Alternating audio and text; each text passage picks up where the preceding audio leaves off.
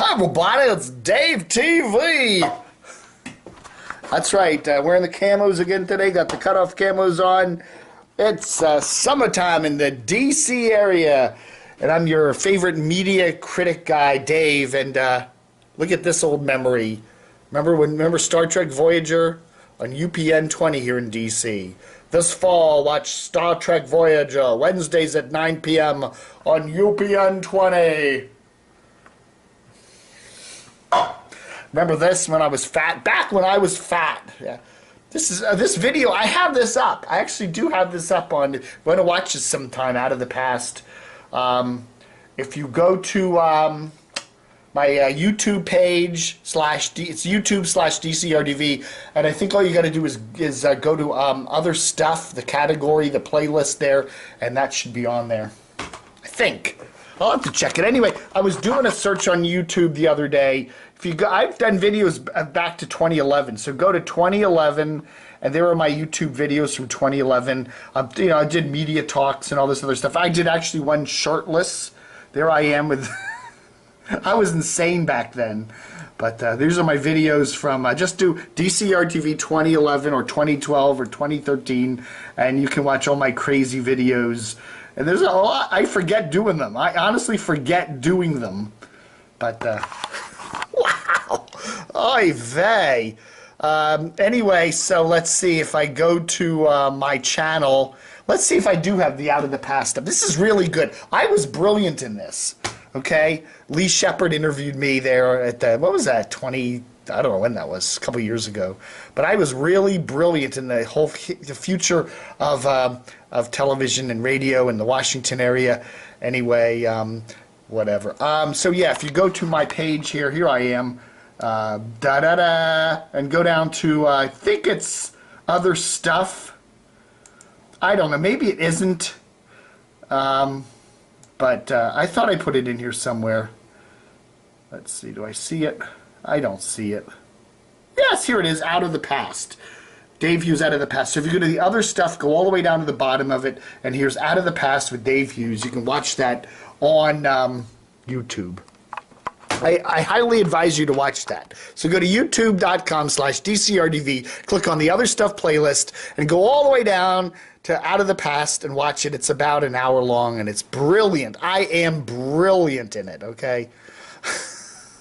So I'm always slamming the Washington Post, okay? I've been a subscriber to the Washington Post since I was a kid. My family got it. We used to get the paper in the driveway when I was a kid in the early 70s.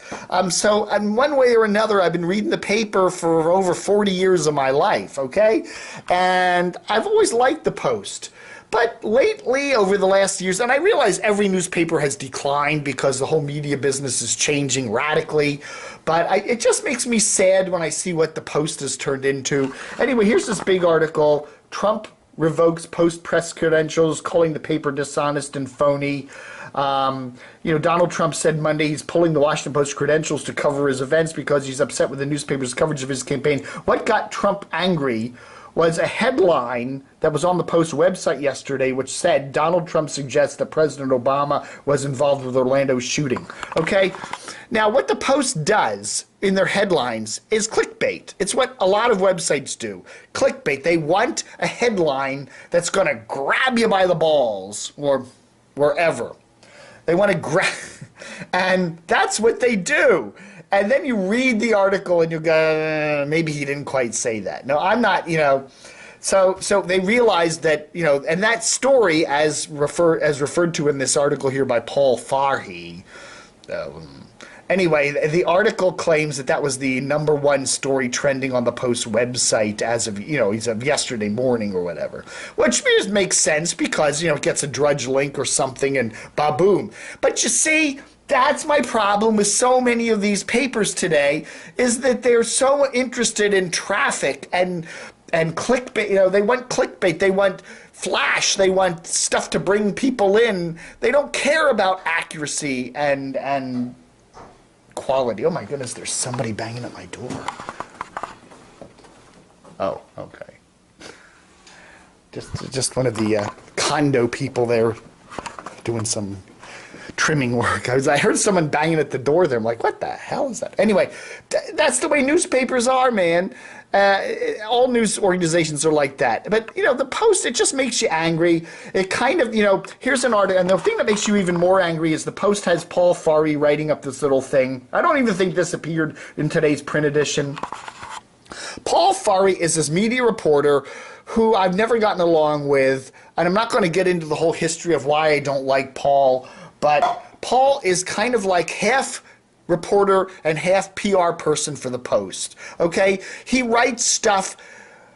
Whenever he writes, because he's a media reporter, he's writing about the Post a lot, but he always writes really glowing things. He's very much like a PR person for the paper.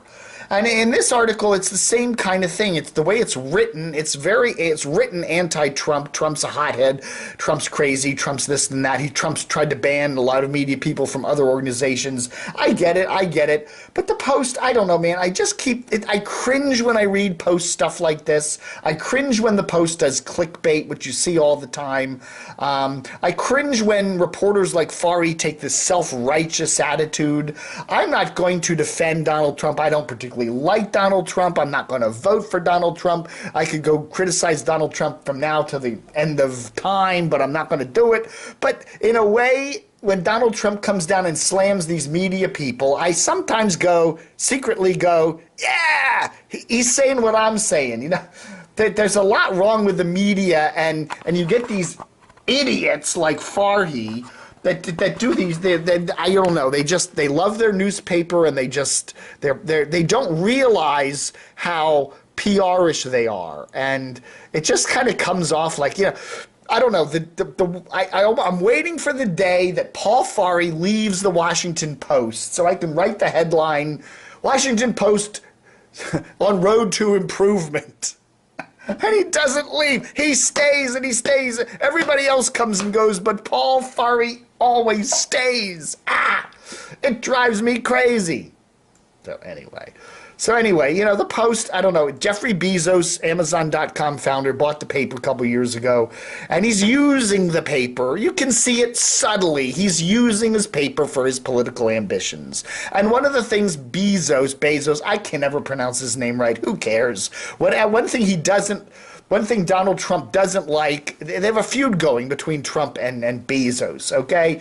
Bezos has Amazon, and it's putting a lot of stores out of business, and Trump, I guess, doesn't like that, and Trump's going to crack down on antitrust stuff with Bezos, and there's a whole big feud brewing, and you can actually see the Post, which has always been a left-wing rag, heavily kind of really going against Trump on a lot of things.